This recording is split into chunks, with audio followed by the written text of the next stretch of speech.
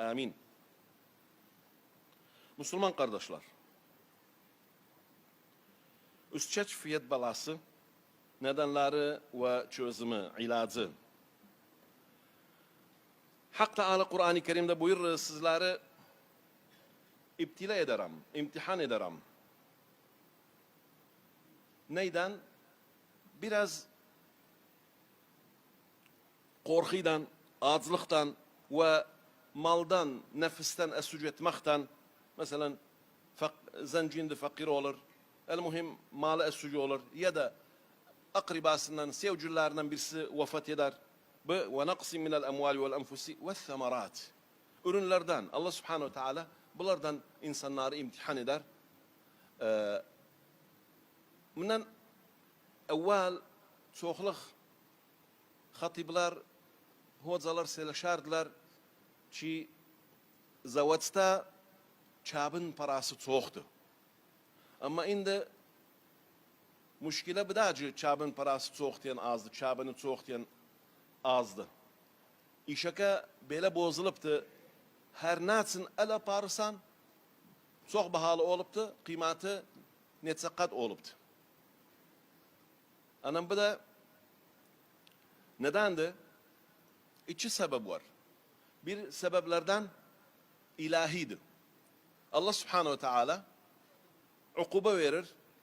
O millete ecir caldıysa, günah, suç, masiyet içinde çok olduysa.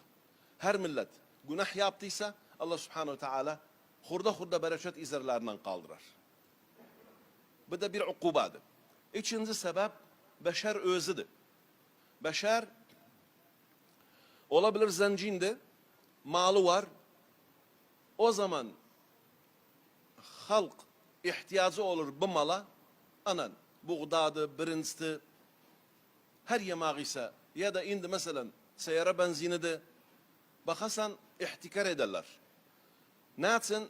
İsterler bir iyi fiyata satsınlar, hatta tez zencin olsunlar. Ne kadarlar var ise 10 kat, 20 kat fazla olsun. Buna diyorlar ihtikar. Peygamber Efendimiz sallallahu aleyhi ve sellem buyurur, illa asi insan, suçlu insan ihtikar eder.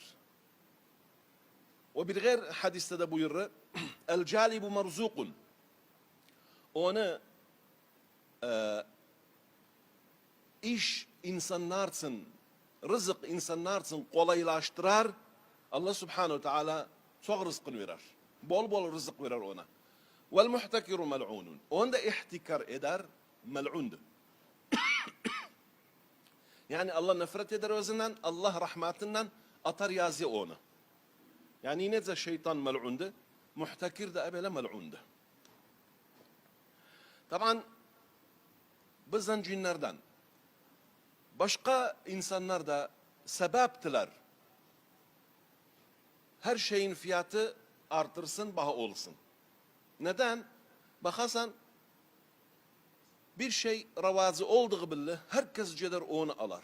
Herkes ceder eğer bir kutudan işi bitse 10 kutu alır. Bununla ne olur? Tacir bu şeyi fazla baha eder. Anan biz olur şeyimiz olsun, kanaatimiz olsun, o kadar algının ki payu eder. Hatta o da biter, Allah Kerim'de, Allah Subhanahu Teala kapısı, rahmet kapısı çoktur. Bundan da beter, bakasan, eğer caldıysa devlette sorumlular, hükümdarlar tacir olduysalar. Bu çok korkulu bir şeydi. Ne için? Eğer bir hükümdar tacir olduğu billi, taban her kararı devlette çıkarsa onun salahındadır, onun maslahatındadır. Hiçbir kimse de yoktu hükümdardan münafası etsin ticarette. Yani ondan ötürü bakın yani Müslümanlar ne kadar ziraatçılar. Peygamberin vefatından sonra sallallahu aleyhi ve sellem İmam Ebu Bakır'ı seçtiler olsun halife. İmam Ebu Bakır ondan evvel olsun halife ticarette işlerdi. Çoğuluk kumaş satardı. Bugün onu seçtiler olsun halife, yarınsın hemen başladı kumaşını attı, tıcını izarına cetsin bazara satsın. Ebu Ubeyde'yle İmam-ı Ömer Allah razı olsun özlerden gördüler, dediler harac etsen neyini sen? Dedi valla gördüm bazara kasıplık edirem. Dediler biz sana etmemişik halife. O da dedi ben benim ya uşağımın çim beslesin neyle besleyeyim? İmam-ı Ömer buyurdu sana için bir aylıkça sarık. Bir aylıkça sarık. Anan İmam-ı Suyuti diyor onun aylığı neydi? Koyunun yarısı. Yani yarı koyun. Anan bak yarı koyun vererdiler özüne ya da yarı koyunun fiyatını vererdiler özüne. Bu aylığıydı, maaşıydı. Ne için? Ondan ötürü ulemalar değiller. Hakim, hükümdar olmaz ticaret etsin. Hükümdar nasıl olup hükümdar? Hatta milleti başarsın. Yo ticaret etsin. Ticaret etse hükümdar şefine göre her şeyi baha eder, ucuz eder. Her maslahat, her kanunda, kararda çıkartsa öz maslahatı necayı istese ebele karar çıkardır. Yani onun ötürü İmam-ı Ömer Allah razı olsun özünden. Her kimsen etsaydı vali İlic defa diyardı cebahım ne kadar var. Parasını sayardı.